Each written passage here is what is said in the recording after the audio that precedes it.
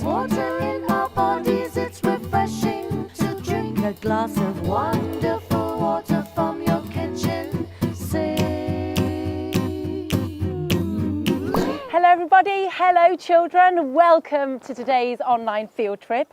I'm Sam and this is Tracy from Thames Water, and Tracy's going to teach us everything we need to know about wonderful water today. Thank you so much for joining us, Tracy. It's a pleasure. Lovely to be here. So today we're here in Oxfordshire, which is in the south of England. It's an amazing part of the country, and it's actually very, very windy here today, isn't it, Tracy? It is very windy here today, that's for sure. We should get a sailing boat out later, shouldn't we, really? There's quite a few behind us, but there's no one giving it a go today. No, not today. Maybe just a bit windy. So as you can see, we've got a beautiful reservoir which is brimming full of wildlife behind us. When I say reservoir, Tracy, what do I mean? Basically, a reservoir is a man-made storage area for water. Great stuff, and it's actually a vast amount of water, isn't it? How big is it behind us? There are approximately 13,000 million litres of water in the reservoirs here. Wow. So it's a lot of water. We can't really see from here, so let's take a look at some aerial footage of the reservoir and we can see just how big this space of water is. How amazing is that? It's huge. From the air you can really see how big the site here is. There's two reservoirs, as I said, in total 13,000 million litres of water, and they're really quite deep as well, 30 feet deep each, which is about as tall as two double-decker buses. So as well as being very wide, they're also very deep. That is amazing. Gosh, you would not want to fall in there, would you, Tracy? Definitely. You want to make sure you could swim. Definitely not a place to fall into. So water's really important to us, isn't it, Tracy? Am I right in thinking most of our body is made up of water? That's right, exactly. Our bodies are made up of about 70% water. So water is absolutely vital for us to be able to function every single day. And it's important for our bodies, but it's important for the planet as well, isn't it? It is, absolutely. Every living thing on Earth needs water to survive, so water is crucial to the survival of everything on planet Earth. Great stuff. So what are we going to learn here today at the reservoir? Well, hopefully what we're going to learn today is we're going to be talking a little bit about the water cycle, which all of the children watching will know a little bit about too. We're going to be talking about why water is important for health, and we'll also be talking about some of the processes that Thames Water undertake to treat your water and make sure that it's clean and safe for you to drink. Great, so really the whole process. Absolutely. Fantastic. Well, let's meet who we have taking part today. Let's go over to our schools. Our first school is Collerton Primary School in Twyford. We've got Miss Evely's class taking part there. Hello, children. Really great to have you all taking part with us today. Let's go to Christchurch Primary School now in Ilford, where we've got Mr. Winksworth's class taking part. Hello, children.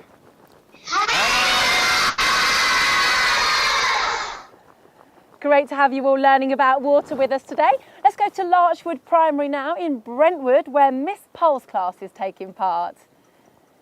Hello, children. Great stuff. And finally, let's go over to Brunswick House in Maidstone, where Miss Hawk's class is taking part. Hello, children.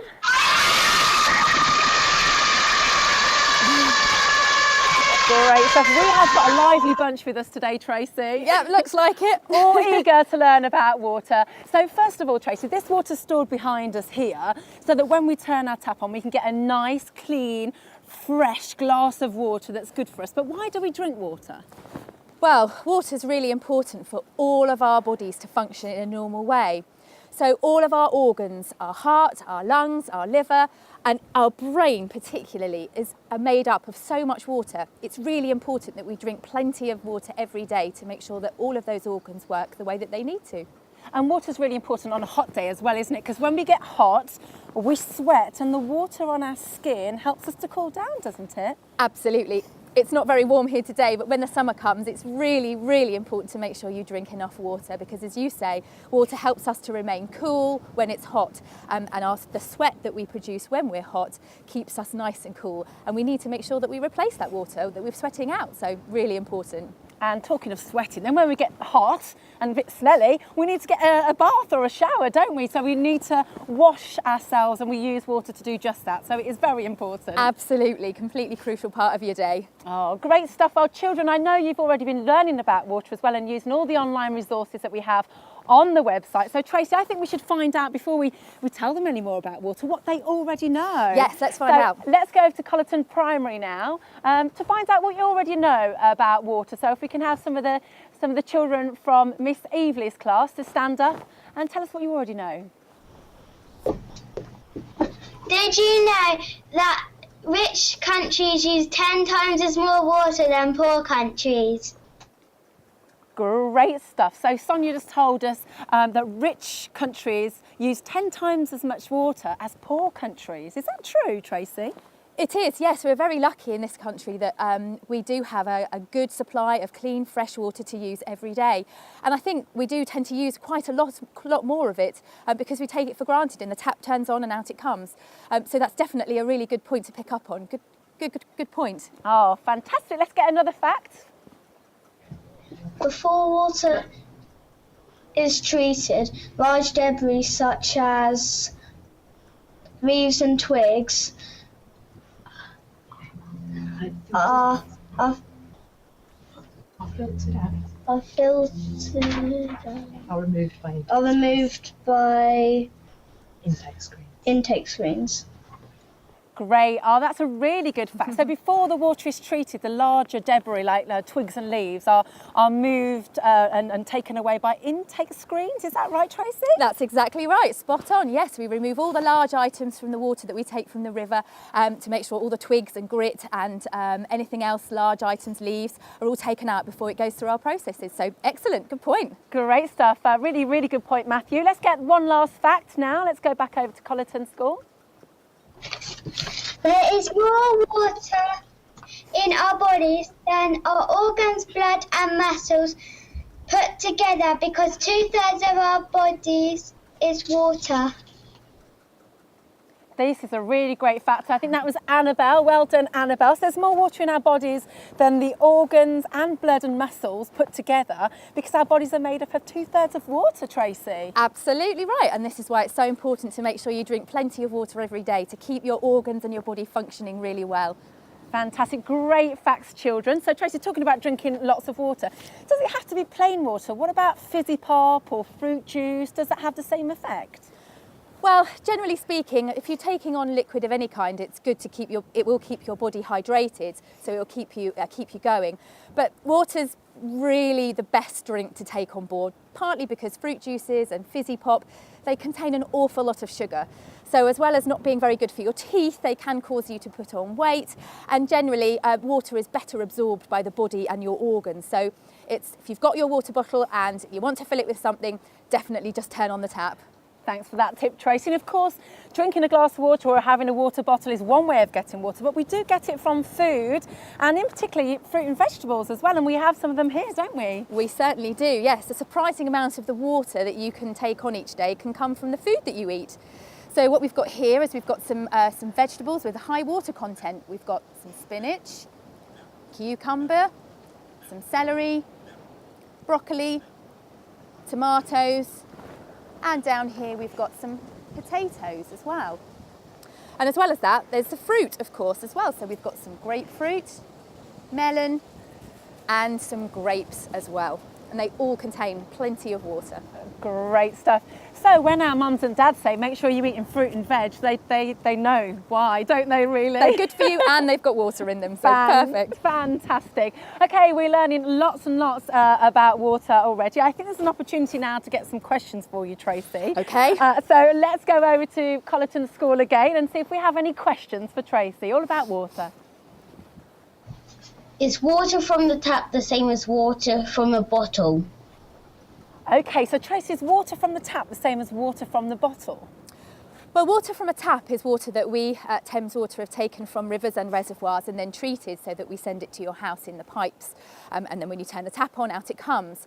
So bottled water is a little bit different because that will often come from a natural spring where water has been underground and it won't be treated in the same way. So there's a little bit of difference between the two. Great stuff. That's a really great question. Tibble, I think, was the person that asked that one. Let's go over again and get another question from Connaughton Primary. How does water stay clean in the taps? That's a really good question. So how does water stay clean in the tap, Tracy? Well, the water stays clean right the way to the point where you turn your tap on, because while we're treating it, we make sure that we put enough chlorine in it so that by the time it gets to your house, it's still clean and very safe to drink. Lovely, great questions. Let's get some questions now from Christchurch Primary School. Who do we have there, Mr. Winkworth? We've got Adam first. Go on, Adam. How much water is there in the world? That's a really great question, Adam. Let me find out from Tracy. So Tracy, how much water is there in the world? Well, there's an awful lot of water in the world. In fact, our planet is covered by a huge number of oceans. About 70% of the Earth is covered in water. But not all of that water we can drink, of course. Most of it is salty ocean water. In total, in the world, about 2% of water is fresh, which means that's what we can use to drink. So a lot of water on the planet, not a lot we can use to drink though. 2%, I never knew that. That's such a small percentage, but it's obviously got enough to drink, which is great. Let's get one last question from Christchurch Primary School. What will happen if you drink too much water? That's a great question. I think that's Mona. Mona wants to know what would happen if you drink too much water. Well, it's pretty difficult to drink too much water. You'd probably get a really quite full tummy and probably jump up and down and make lots of gurgling noises. But generally speaking, it's really difficult to drink too much. We would just say make sure you drink when you're thirsty. Don't leave it till the point where you're really thirsty. Make sure you keep drinking all day. Fantastic. Thanks for those tips, Tracy, and great questions, children. And don't worry, Larchwood Primary and Brunswick House, you can have an opportunity to ask Tracy some questions later on in this online field trip. It's time now for a very short video, and this will tell you more about why water is so important to us. Water on planet Earth. Water is so important that everything that has ever lived has needed it to survive. Without it, none of the plants or animals found here on planet Earth would ever have come into existence, including us. Water is what we call finite. This means that there is only a certain amount of it, and it is very difficult for us to lose it or make any more. And all of this water has been around for a very long time. In fact, the water we drink today might have once been drunk by a dinosaur. There is a lot of water on Earth. It covers 70% of the planet's surface. But most of it is salty and found in the oceans and seas. Fresh water makes up only 3% of all the water we have, and most of this is locked in polar ice caps and not available for us to use. This makes clean, drinkable water a very precious resource. Water moves between liquid, gas, and solid states in a process we call the water cycle. As a liquid, water forms rivers, lakes, seas, and vast oceans. This liquid is evaporated by the sun. As the water warms up from the heat of the sun, it transforms into gas, which is usually known as water vapour. Water vapour is what clouds are made of. When the clouds get colder, the water vapour turns back into liquid and falls as rain. When the weather turns very cold, the water will fall in a solid state, as snow or hail. This is because at temperatures below 0 degrees Celsius, water freezes and becomes solid. Water has moved between liquid, gas and solid states for billions of years, which is a very long time indeed. Welcome back, children. We hope you enjoyed that. And as you can see, we're right on the edge of the water now. We're actually on something called a pontoon, which is where all the boats are tied to, and you can actually walk along it. It's quite rocky, but we do feel like we're in the middle of it now, don't we, Tracy? We just hope the water doesn't get too rough. No, let's hope not. That last video we saw was so interesting. It's really fascinating to think that the water that we drink now could have been drunk by dinosaurs thousands of years ago. Absolutely. The amount of fresh water on Earth is the same amount now as it was when the Earth was created. So yes, the water cycle is a continual cycle. So absolutely right. Yeah. So as you said, no new water gets made, of course. So all this water has been here way before us and since time began. It has indeed. That's exactly right. Now the water around us looks actually fairly clean because it's in the reservoir, but could we drink this now? No, you wouldn't be able to drink the water out of the reservoir as it is today. We store the water in the reservoir and then we take it to one of our water treatment works and treat it there through a different set of filtration processes. And what I've got here in my hands is actually a little experiment which gives you some idea about how we filter the water when it comes from the river or the reservoir. So you can see here we've got some water being poured into a mixture of sand and gravel and some filter paper, which replicates the process that we use on one of our water treatment works to filter the water and make sure it's as clean as it can be. And you'll notice that the water that's very slowly dripping through at the bottom there, it's quite a slow process, looks a little bit cleaner than the water that's currently sitting in the cup above. Yeah, it definitely is a lot cleaner. That's very cloudy up there. And this does look like there's a bit of sand at the bottom, but water that would come from your tap. So could we drink that now, Tracy, now it's been through this filtration process? No, I'm afraid not. You still wouldn't want to drink that water because as much as we can get rid of some of the more visible bits in the water and get rid of some of the murk and the mud, there's still some hidden microorganisms, some hidden bacteria in there that we would need to make sure we treat. And that's where we introduce chlorine to make sure that we kill off all of those hidden bugs. Oh, wow. So the children at home, I'm sure, and in their classrooms are thinking, chlorine, I know that word. Perhaps when they've been swimming, that makes their skin smell.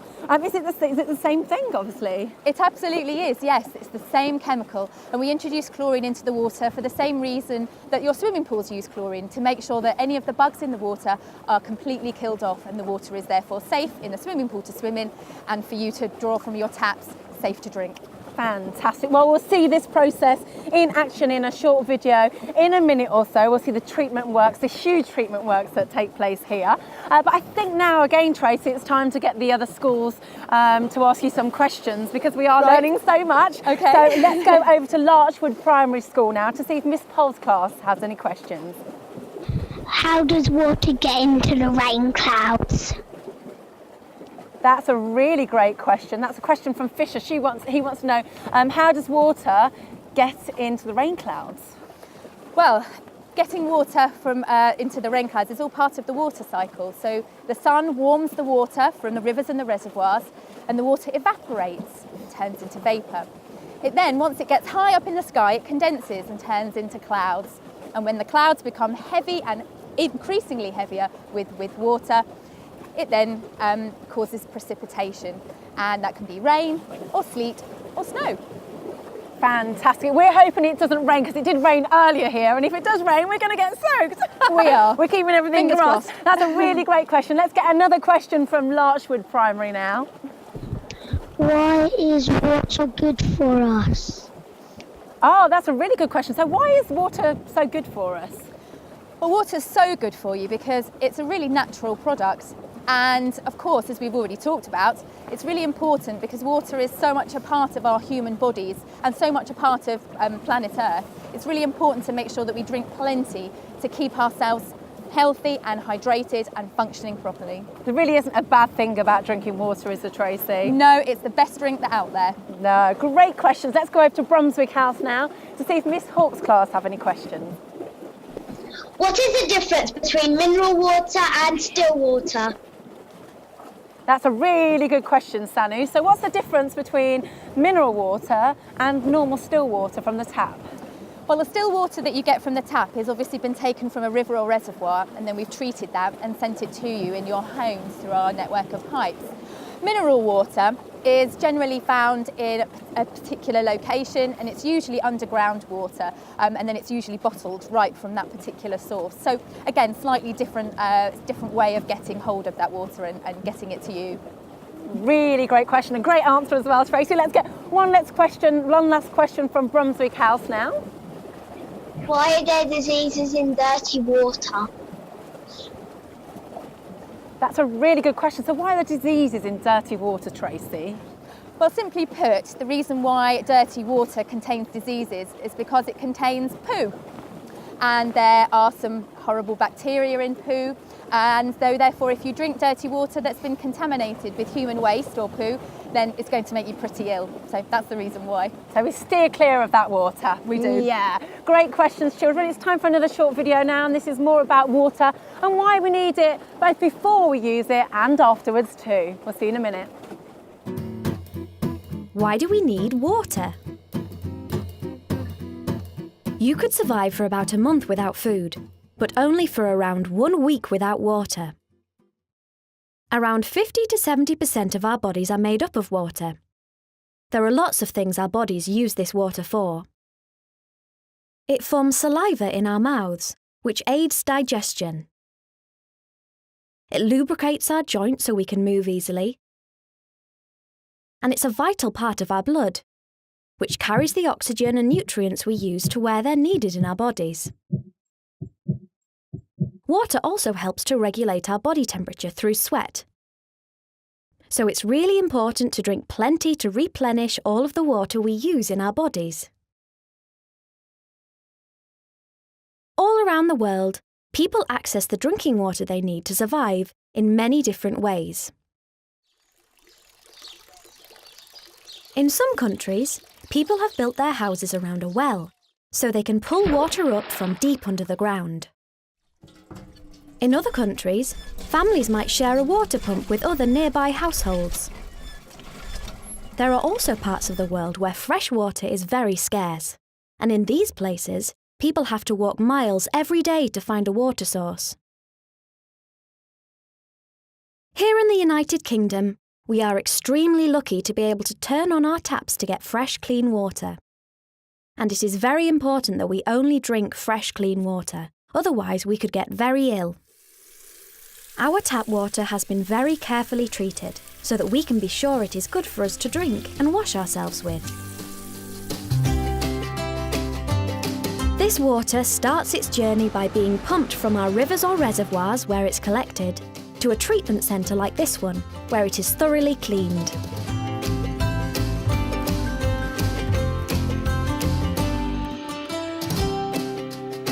Here at the treatment centre, the water goes through different filters and treatments to make sure it's completely free of any microscopic bugs that might make us ill. Then the water is ready to be pumped to our taps. This isn't the end of the water's journey though. Once we have used the water and flushed it down the drain or the toilet, we then need to clean it again before we can return it back to nature. This is so we don't pollute our rivers and streams. So working hard for us, hidden away under our feet, there is a network of pipes carrying all the water we've used to a sewage treatment works.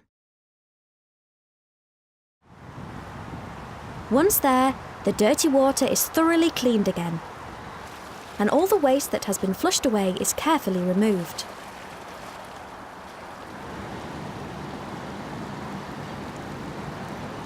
The water is then once more returned to rivers and streams, where it flows off to continue its journey through the water cycle. Welcome back, children. We hope you found that interesting. So, Tracy, there's a lot of sludge that comes out of that water. What happens to the sludge?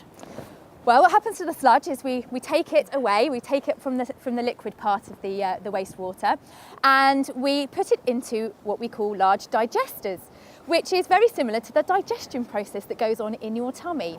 So we heat the digesters to body temperature, which is about 37 degrees.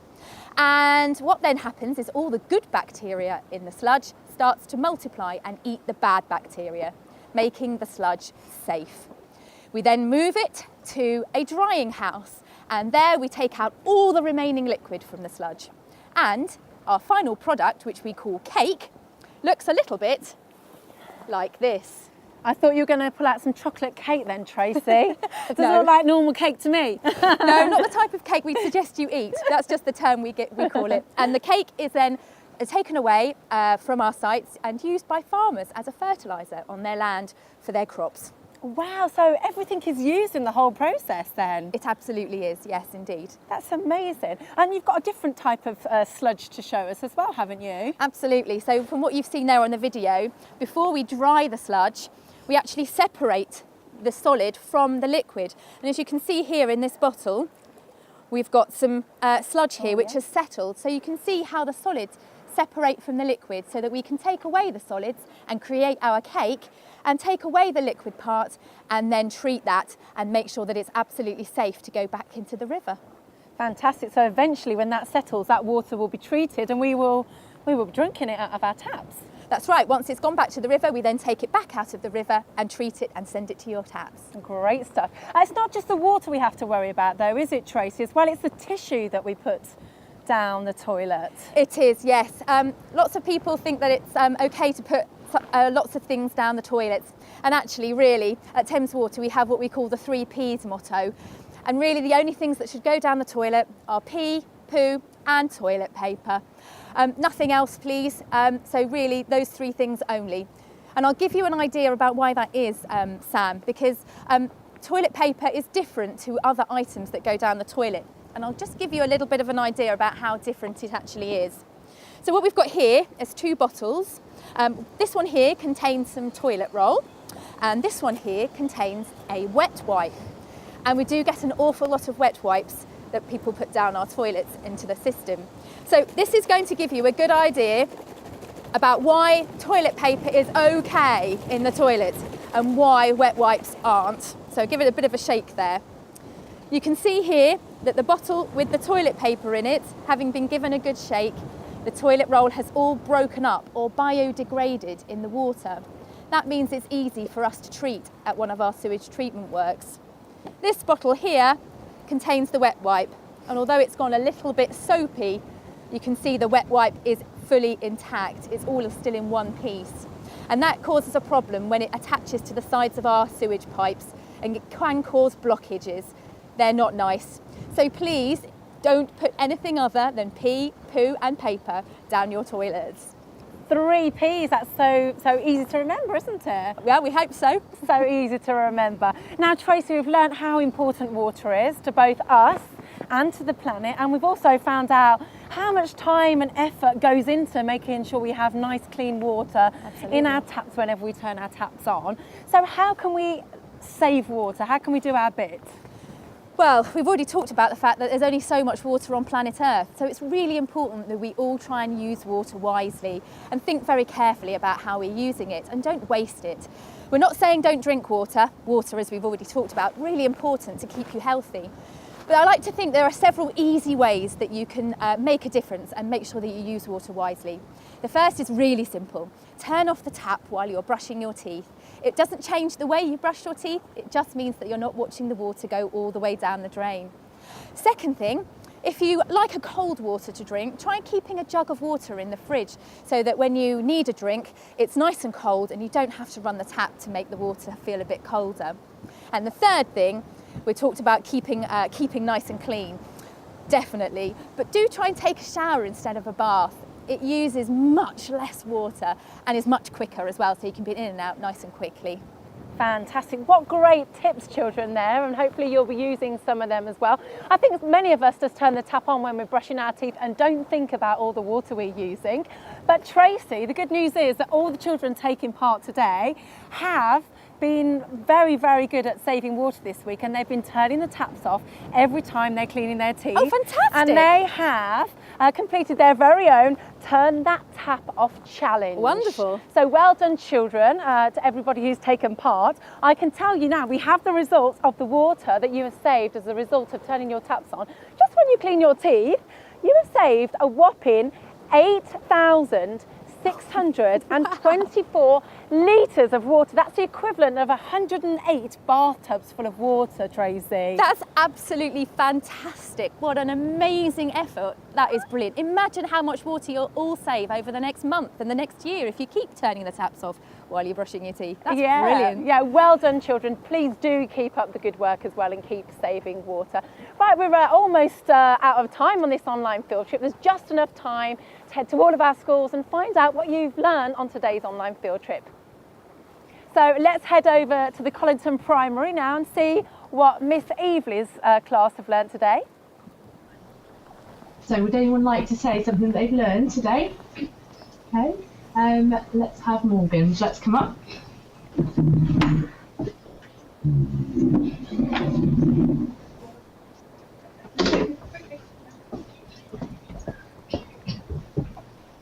I have learnt to not use wet wipes and flush them down the toilet. Fantastic. So that class has learned not to use wet wipes and put them down the toilet trays. It's really important to put them in the bin. Absolutely, please put them in the bin. Great stuff. Let's go to Christchurch Primary School now to see what you've learned. Who do we have there, Mr. Winkworth? We've got Gotham, who's going to explain what he's learnt and his favourite fact. I've learnt the lake behind you has 30,000 million litres of water and it is 30 metres deep, which is as deep as 2 double-decker buses. And my favourite fact is only put the three P's, pee, poo and toilet paper down the toilet.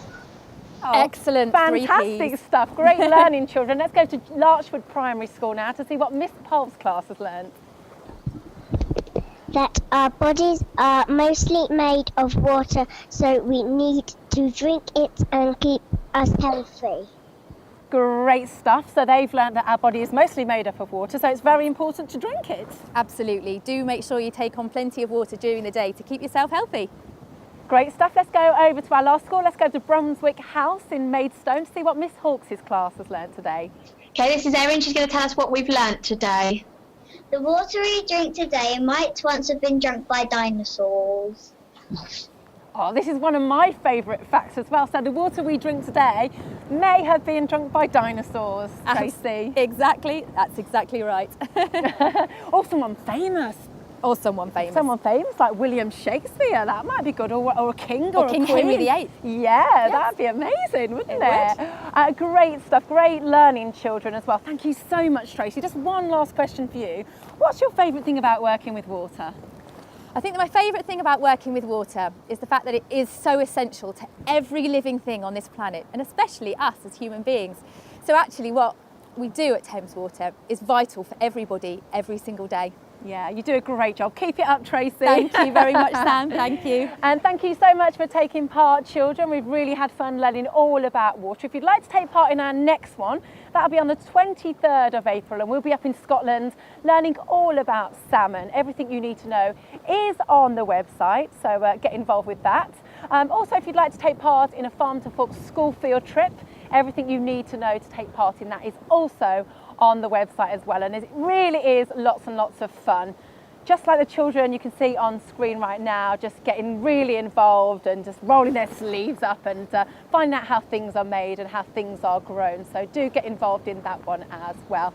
But from myself and Tracy, in a very, very windy Oxfordshire, should we go sailing or maybe some windsurfing now, Tracy? Windsurfing maybe, yeah, that would be a good one.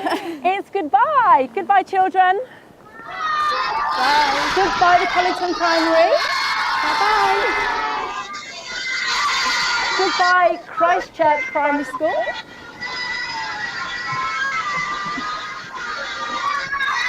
Goodbye, Larchwood Primary.